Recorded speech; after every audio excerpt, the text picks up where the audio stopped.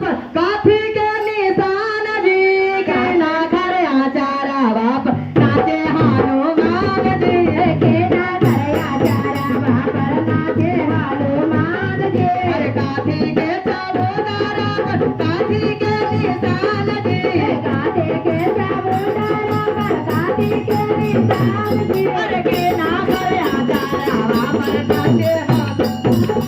अरे के ना करे आचारा बाप नाचे हनुमान जी के ना घर आचारा बाप नाचे हनुमान जी के ना करे आचारा बाप नाचे हनुमान जी काफी के चबूतरा पर तुलसी के निशान जी माथे के चबूतरा पर तुलसी के निशान जी अरे आजाने आचारा बाप नाचे हनुमान जी अरे आजाने आचारा बाप नाचे हनुमान जी अरे आजाने आचारा बाप नाचे हनुमान जी अरे आजाने आचारा बाप नाचे हनुमान जी अरे रोवे लगलन गाने लगलन अंजनी माता राम जी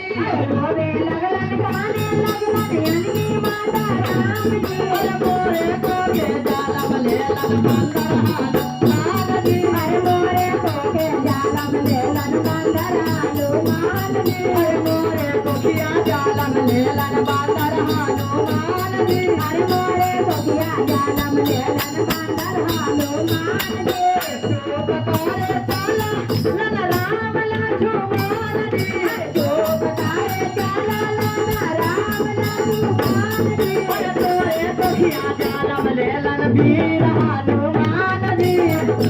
जालम लेलन वीर हनुमान जी अरे तोरे को किया जालम लेलन वीर हनुमान जी अरे तोरे को किया जालम लेलन वीर हनुमान जी देते देते राजा गणाय तन हनुमान जी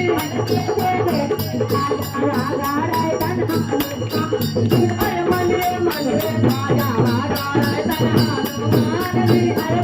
मन रे राजा राजा राय तन हनुमान जी अरे राजा राजा राजा राय तन हनुमान जी अगले अगले राजा राजा राय तन हनुमान जी प्रेम से बोलिए जिन्हें पुत्र हनुमान हनुमान की जय हमारे भैया के तरफ से बहुत सारा दान मिला है रोटी रोजी आगे बढ़ने के लिए महादेव के तरफ से आशीर्वाद बा हमनी के तरफ से जय जयकार बा कहे के बा करना भाव में कैसे? प्रेम से बोलिए जिन्हें पुत्र हनुमान की सच्चे दरबार की जय अरे लबे के लाइन धइले कहे के बा कैसे? सांझ होता हाँ कैसे सांझ होल बा हाँ ऐसने सांझ रहे हाँ। हनुमान जी गैलन हा सजीवन बूटी लावे हाँ। लक्ष्मण जी के जी आवेला हाँ। तो वही पर भजन बा कैसे? ध्यान दिहा कहे के बा कैसे? कहे के बा कैसे कहे के बा? अरे लवे के लाइन धइले जय हो। अरे लवे के लाइन धइले हाय हाय। अजर हनुमान होत कहाँ जाया रे हनुमान सजिया के बेर होत कहाँ जाया रे हनुमान चलिया के बेर होते कहाँ जाया रे हनुमान चलिया के बेर होते कहाँ जाया रे हनुमान रे लवे के लाइन धइले रे लवे के लाइन धइले अजर हनुमान होत कहाँ जाया रे हनुमान सजिया के बेर होत कहाँ जाया रे हनुमान चलिया के बेर होते कहाँ जाया रे हनुमान हमरो बेला छुमन के लग सकते बान हो सजीवन बोटे लावे जाए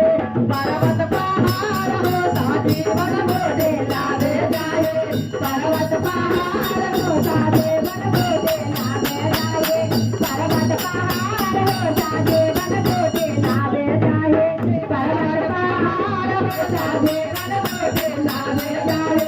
पर्वत पहाड़ हो सादेवन बोटे नावे जाए जबले सजीवन बोटिना जबले सजीवन बोटिना रघुनाथ मान होते बाबा तगलाया जे भगवान मोयना बिहान हो